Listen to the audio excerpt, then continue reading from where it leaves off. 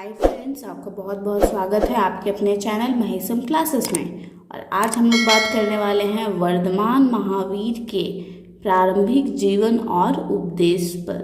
उन्होंने क्या उपदेश दिए और उनका प्रारंभिक जीवन कैसा था वर्धमान महावीर का। तो चलिए बिना देर किए स्टार्ट करते हैं। स्टार्ट करने से पहले फ्रेंड्स, अगर आपने अभी तक हमारे चैनल को लाइक शेयर कमेंट नहीं किया है, सब्सक्राइब जरूर करें। नहीं किया है तो कर दे। चलिए आगे बढ़ते हैं। वर्धमान महावीर का जीवन के बारे में हम लोग पढ़ेंगे। उनका जीवन सबसे पहले जानते हैं। महावीर स्वामी, जिनका बचपन का नाम वर्धमान था। हम लोग महावीर स्वामी सभी लोग जानते हैं, पर उनका बचपन का नाम वर्धमान था। जैन मत के संचालक माने जाते हैं। अभी ये जैन मत के संचालक माने जाते हैं वर्धमान स्वामी। जैन लोगों के अनुसार वह उनके 24वें एवं अंतिम तीर्थकार थे। मतलब जैन लोगों का मानना है कि ये उनके 24वें और अंतिम तीर्थकार थे। इनके बाद कोई और तीर्थकार नहीं आया और ये 24वें तीर्थकार थे।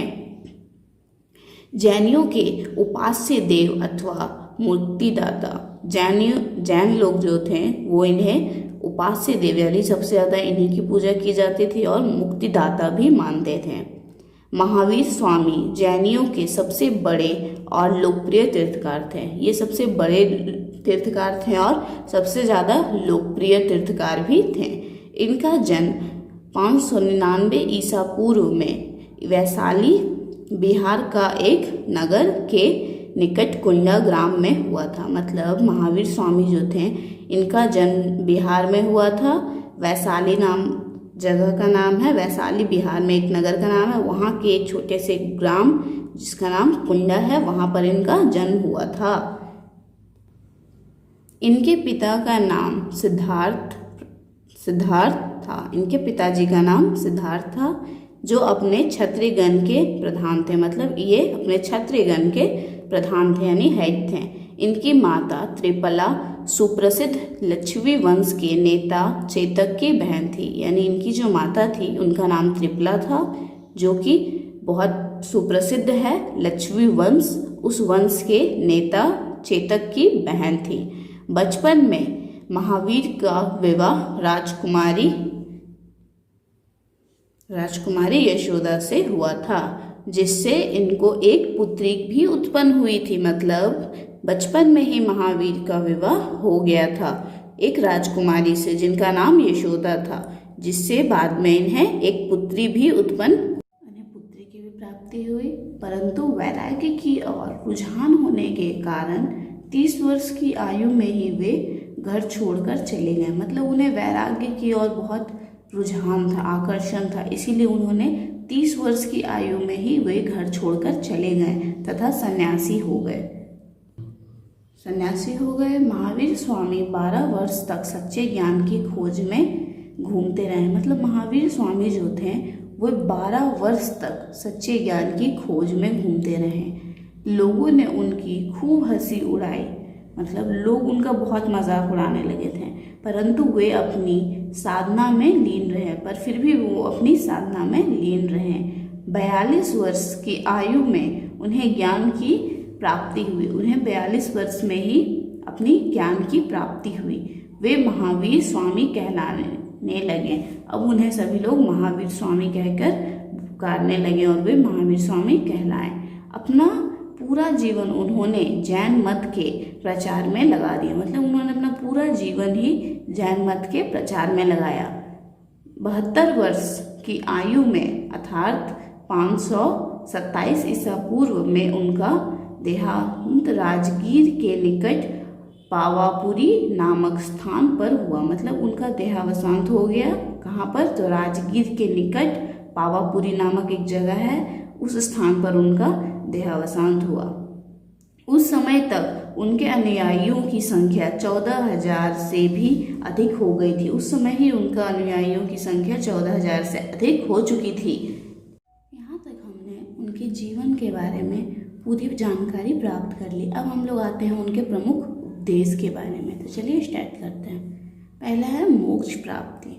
आत्मा को कर्म बंधन से मुक्ति कराने के मुक्ति या निवारण कहा जाता है। मतलब आत्मा जो होती है हमारी, इसको सारे कर्म बंधन से, जितना हमारा कर्म है उन सभी बंधन से मुक्ति करा देना या निवारण कहा जाता है।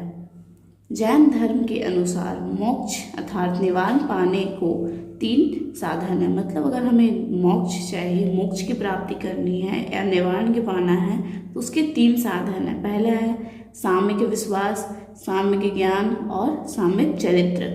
जैनी इसे त्रिरत्न कहते हैं। ये तीनों 3 साधन हैं जिसके द्वारा हम मोक्ष की प्राप्ति कर सकते हैं। इन्हें जैनी लोग इन्हें त्रिरत्न भी कहते हैं। दूसरा आता है अहिंसा। जैन धर्म में अहिंसा पर सबसे अधिक बल दिया गया है। मतलब जैन धर्म में अहिंसा पर सबसे अधिक बल दिया गया है। मतलब किसी भी चीज़ का हिंसा नहीं करना, किसी भी तरह का हिंसा नहीं करना है। अहिंसा का अभिप्राय है किसी जीवधारी को कष्ट ना देना, मतलब किसी भी जीव को कष्ट नहीं देना। जैनी पशु पक्षी तथा पेड़ पौधों में भी जीवन मानते हैं। मतलब जैनी लोग जो होते हैं वे पशु पक्षी पेड़ पौधे सभी में वे जीवन को मानते हैं। उनके अनुसार व्यक्ति को किसी भी जीव का, जैसे हो गया मानव, पशु पक्षी और पेड़ पौधे आदि को मन वाणी या कर्म से दुख नहीं देना चाहिए। उनके अनुसार किसी को भी अपनी वाणी से, अपने कामों से या मन से किसी भी तरह से दुख नहीं देना चाहिए। इसलिए जैनी नंगे पांव चलते हैं। जो जैनी धर्म के लोग होते हैं वो खाली पांव चलते हैं। जैनी लोग पानी को छान कर पीते हैं तथा मुंह पर पट्टी बांधते हैं। वे लोग मुंह पर अपनी पट्टी बांधते हैं ताकि कोई जीव हत्या ना हो जाए। मतलब किसी भी तरह से उनका कोई किसी जीव को वो मार ना दे या हत्या ना हो जाए उनसे। अब उसके बाद का पॉइंट है घोर तपस्या और आत्मत्याग। उनका मानना है कि घोर तपस्या करनी चाहिए। देखिए क्या है इसमें, जैनी घोर तपस्या तथा शरीर को अधिक कष्ट देने में विश्वास रखते हैं। मतलब जैनी धर्म के जो लोग होते हैं वे तपस्या में बहुत ज़्यादा विश्वास रखते हैं और अपने शरीर को कष्ट देने में उनका विश्वास रखते हैं। उनका विश्वास है कि भूखे रहकर प्राण त्यागने से मनुष्य को मोक्ष प्राप्त होता है। वे लोग मानते हैं कि अगर कोई मनुष्य भूखा रहकर अपने प्राण त्यागता है तो उसे मोक्ष की प्राप्ति होती है। उसके बाद का है पॉइंट ईश्वर में अविश्वास। ईश्वर में अविश्वास मतलब ईश्वर में विश्वास नहीं है इन्हें। जैनी ईश्वर में के अस्तित्व को नहीं मानते। यानी जैनी धर्म के जो लोग हैं वो ईश्वर को नहीं मानते हैं। वे यह भी नहीं मानते कि ईश्वर ने इस संसार की रचना की है। वे लोग तो ये तक नहीं मानते हैं कि इस संसार का रचना भी ईश्वर ने ही की है। वो ये बात नहीं मानते हैं। वे ईश्वर की अपेक्षा तीर्थकारों की पूजा करते हैं। वे तीर्थकारों की पूजा करते हैं। जैसे हमने पढ़ा कि वो जैनी लोग 24वें तीर्थकार हैं महावीर जैनी, वो उनकी तीर्थकार हैं, वो भी उनकी पूजा की जाती है। उसके बाद का पॉइंट है जाति प्रथा में अविश्वास। जैनी जाति प्रथा में विश्वास नहीं रखते हैं। मतलब ये जाति प्रथा में नहीं मानते हैं।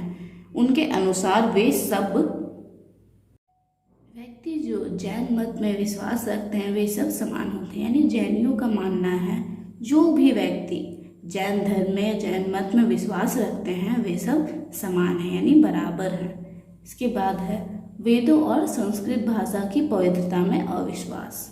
जैन धर्म के अनुसार वेद ईश्वरीय ज्ञान नहीं है और ना ही संस्कृत पवित्र भाषा है। उनका मानना है कि संस्कृत पवित्र भाषा नहीं है। ऐसा जरूरी नहीं है कि संस्कृत ही पवित्र भाषा है।